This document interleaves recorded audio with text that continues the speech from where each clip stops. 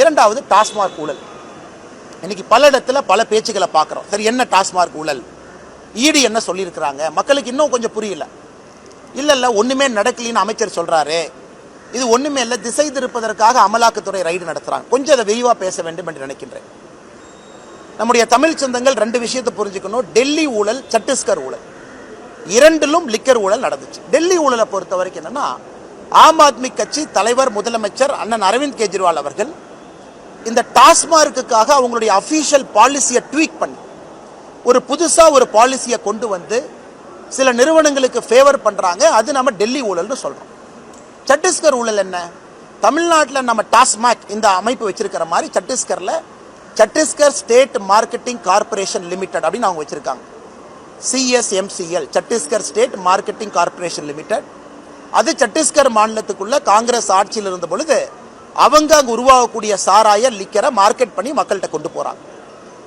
நம்ம தமிழ்நாட்டில் இருக்கக்கூடிய டாஸ்மாக் எடுக்கும் பொழுது இதில் 3 விஷயத்தை பார்க்கணும். ஒன்று, டாஸ்மாக் நிறுவனம் 5000 ரீட்டைல் அவுட்லெட் இருக்கு, எலிட் பார்ஸ் இருக்கு, FL2 லைசன்ஸ் சென்டர் இருக்கு, வேற இடத்துக்கு அவங்க கொடுக்கக்கூடிய டெம்பரரி லைசன்ஸ். இது ஒரு பகுதி. இரண்டாவது பகுதி இந்த சாராயத்தை உருவாக்கக்கூடிய நிறுவனங்கள், அவங்க இரண்டாவது பகுதி. மூன்றாவது பாட்டிலிங் கம்பெனி, அவங்க பாட்டில் அடைச்சு அதுக்கு ஒரு ஹாலோகிராம் ஸ்டிக்கரை போட்டு ஒட்டி அதை டாஸ்மாக் நிறுவனத்தினுடைய கண்காணிப்பில் ரீட்டைல் அவுட்லெட் கொண்டு வராங்க. 3 நிறுவனங்கள். தமிழ்நாட்டில் அமலாக்கத்துறையினுடைய செய்தி குறிப்பு எதற்கு 1000 கோடி ரூபாய்க்கு மேலே இதில் கிக் பேக்னு சொல்கிறாங்க. இதில் தமிழ்நாட்டினுடைய எம்ப்ளாயி ஃபெடரேஷன், அதாவது தமிழ்நாட்டில் இருக்கக்கூடிய 5000 டாஸ்மாக்னுடைய எம்ப்ளாயி ஃபெடரேஷன் ஒரு பக்கம் சொல்கிறாங்க, 40% டாஸ்மாகிலிருந்து விற்கப்படக்கூடிய சாராயம் அது முறையாக வரக்கூடிய பாதையில் வரல, அது அவுட் ஆஃப் சிஸ்டத்தில் வருது. அதாவது நீங்கள் 100 குவான்டிட்டி, ஒரு 100 லிட்டர் விற்கிறீங்கன்னா 60 லிட்டர் மட்டும்தான் முறைப்படுத்தப்பட்ட முறையில் வருது, 40 லிட்டர் சிஸ்டத்துக்கு வெளியே வருது. இன்னைக்கு நம்ம பேசுவது எல்லாமே சிஸ்டத்துக்கு வெளியே, சிஸ்டத்துக்கு உள்ள, 2 ஊழலையும் சேர்த்து பேசுகிறோம். ஈடியை பொறுத்த வரைக்கும் எதுக்கு ரைடு பண்ணாங்க?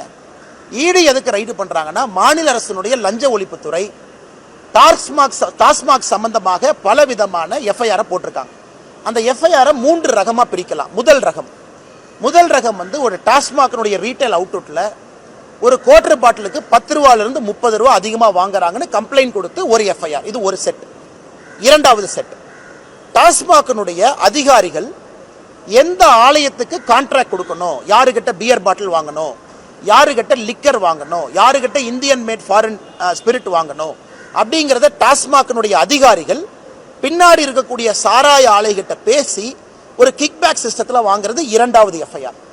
மூன்றாவது எஃப்ஐஆர், டாஸ்மாக்னுடைய அதிகாரிகள் ரீட்டைல் அவுட்ல இருக்கிறவங்களை டிரான்ஸ்ஃபர் பண்ற பாலிசியில அவங்க பணம் வாங்கி டிரான்ஸ்ஃபர் பண்றாங்க. இந்த 3 எஃப்ஐஆர் தான் 3 கேட்டகரி. இடி அவங்க 3 எஃப்ஐஆரையும் கையில் எடுத்து, தமிழ்நாடு அரசு லஞ்ச ஒழிப்புத்துறை போட்ட 3 எஃப்ஐஆரையும் இடி கையில் எடுத்து அதுக்கு ECIRனு ஒன்று பதிவு பண்ணுவாங்க. அதாவது ஸ்டேட் போலீஸ் நம்ம பதிவு பண்ணும்போது எஃப்ஐஆர்னு சொல்கிறோம், இடி வரும்போது ECIRனு ஃபைல் பண்ணி உள்ளே வர்றாங்க. இதை வச்சு சோதனையை பண்ணுறாங்க. சோதனை எங்கே பண்ணுறாங்க? தமிழ்நாட்டினுடைய சாராய ஆலைகள் அவங்ககிட்ட சோதனை பண்ணுறாங்க. அக்காடு டிஸ்டிலரியிலிருந்து 4-5 டிஸ்டிலரி சோதனை. அமைச்சர் செந்தில் பாலாஜியினுடைய பினாமிகள் கரூரில் ஒரு 5 இடத்துல பண்ணுறாங்க. டாஸ்மார்க்கினுடைய தலைமை அலுவலகம், குடோன், இங்கெல்லாம் பண்ணுறாங்க. 3 இடம். 3 இடத்துல பண்ணிட்டு, 3 விதமான இடத்துல பண்ணிட்டு 5 நாள் சோதனைக்கு பிறகு நமக்கு ஒரு செய்தி குறிப்பு மூலமா தெரிவிக்கிறாங்க, என்ன நடந்திருக்குன்னு தெரிவிக்கிறாங்க. முதல்ல அவங்க சொல்லி இருப்பது, டாஸ்மார்க்கினுடைய டிரான்ஸ்போர்ட் ஊழல் 100 கோடி ரூபாய்க்கு வேலை முறையில்லாம யாரெல்லாம் இந்த பாட்டில் எந்த வண்டி எடுத்துட்டு போவோம், யாரு பண்ணுவாங்க, அதுல 100 கோடி ரூபாய்க்கு மேல இதுல முறைகேடு நடந்திருக்கு ஒரு பார்ட். இரண்டாவது, டாஸ்மார்க் ஆலை ஜெகத் ரட்சகன் அவர்கிட்ட இதற்கு முன்பு நடந்த ரைடு 2019, 21 நடந்த ரைடை ஒத்து பார்த்தீங்கன்னா, அன்னைக்கு இன்கம் டேக்ஸ் என்ன சொல்லியிருப்பாங்கன்னா, சாராய ஆலையில் போலி கணக்கு எழுதியிருக்கிறாங்க.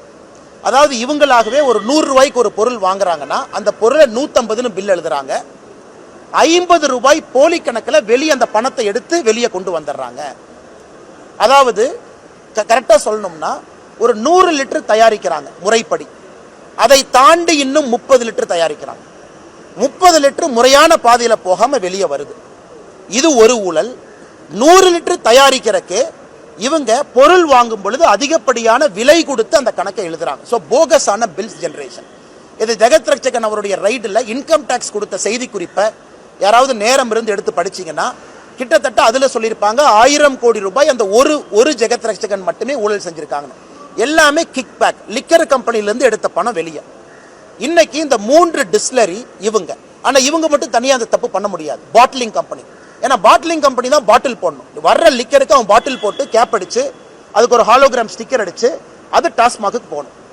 இப்ப பாட்டிலிங் கம்பெனி ரைடு பண்றாங்க. இந்த பாட்டிலிங் கம்பெனி என்னன்னா இது தனி இண்டிபெண்டன்ட் என்டிட்டி கிடையாது. டிஸ்லரி கம்பெனியுடைய சிஸ்டர் கன்சர்ன். இந்த most of the bottling company என்ன இடி செய்தி குறிப்பில் சொல்லியிருக்கிறாங்களோ, இந்த சாராய ஆலை நிறுவனங்கள் தன்னுடைய பினாமி மூலமா பாட்டிலிங் கம்பெனியை ஓன் பண்ணுவாங்க. சில இடத்துல சிஸ்டர் கம்பெனியா ஓன் பண்ணுவாங்க. நேரடி தொடர்பு இல்லை என்றாலும் கூட மறைமுகமான தொடர்பு சாராய ஆலைக்கும் பாட்டிலிங் யூனிட்டுக்கு இருக்கு. அப்ப இவங்க செய்யற அந்த எக்ஸ்ட்ரா லிக்கருக்கு எக்ஸ்ட்ரா பாட்டில் வேணும். இது சத்தீஸ்கர்னுடைய எக்ஸாக்ட் மாடல். போலி ஹாலோகிராம் ஸ்டிக்கர், போலி பாட்டில், போலி கேப். ஏன்னா இது எல்லாமே நம்ம கணக்கு பார்க்கிறோம்.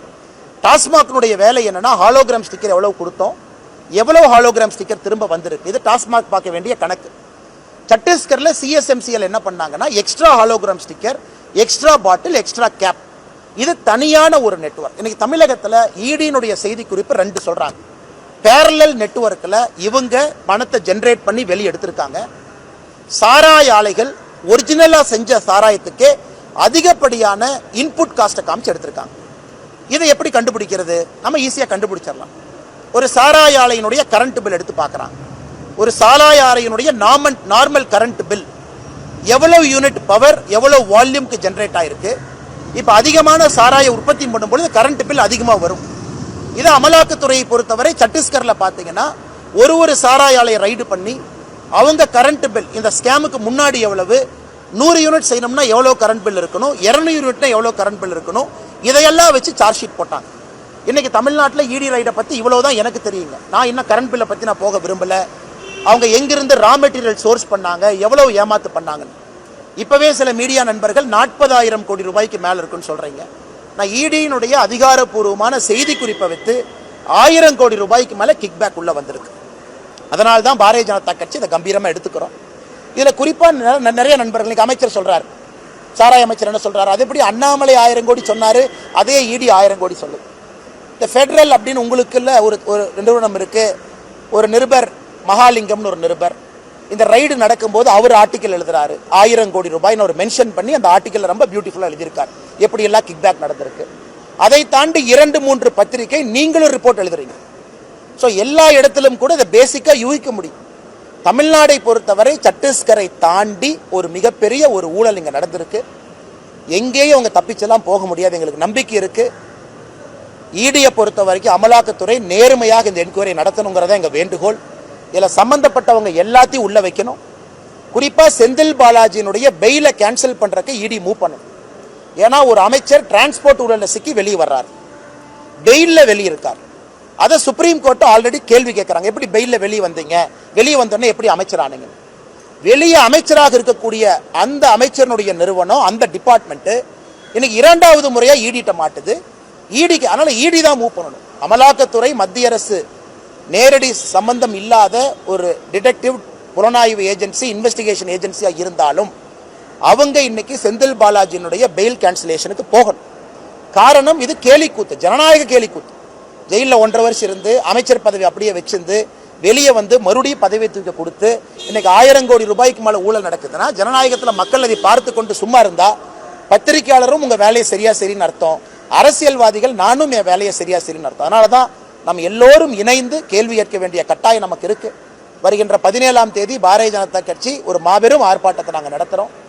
இந்த ஆர்ப்பாட்டம் சென்னையில் முடிந்த பிறகு தமிழகத்தினுடைய 5000 டாஸ்மாக் கடைகளையும் முற்றுகை ஆர்ப்பாட்டம் நடக்கும். ஒரு வாரம் கழிச்சு தொடர்ச்சியாக நடவடிக்கை எடுக்கும் வரை பாரதிய ஜனதா கட்சியினுடைய தொடர் ஆர்ப்பாட்டம், முதல் ஆர்ப்பாட்டம் தான் 17ஆம் தேதி சென்னையில் டாஸ்மாக் நிறுவனத்தினுடைய தலைமை அலுவலகத்தை எக்மோர்ல முற்றுகை போடப்படும்.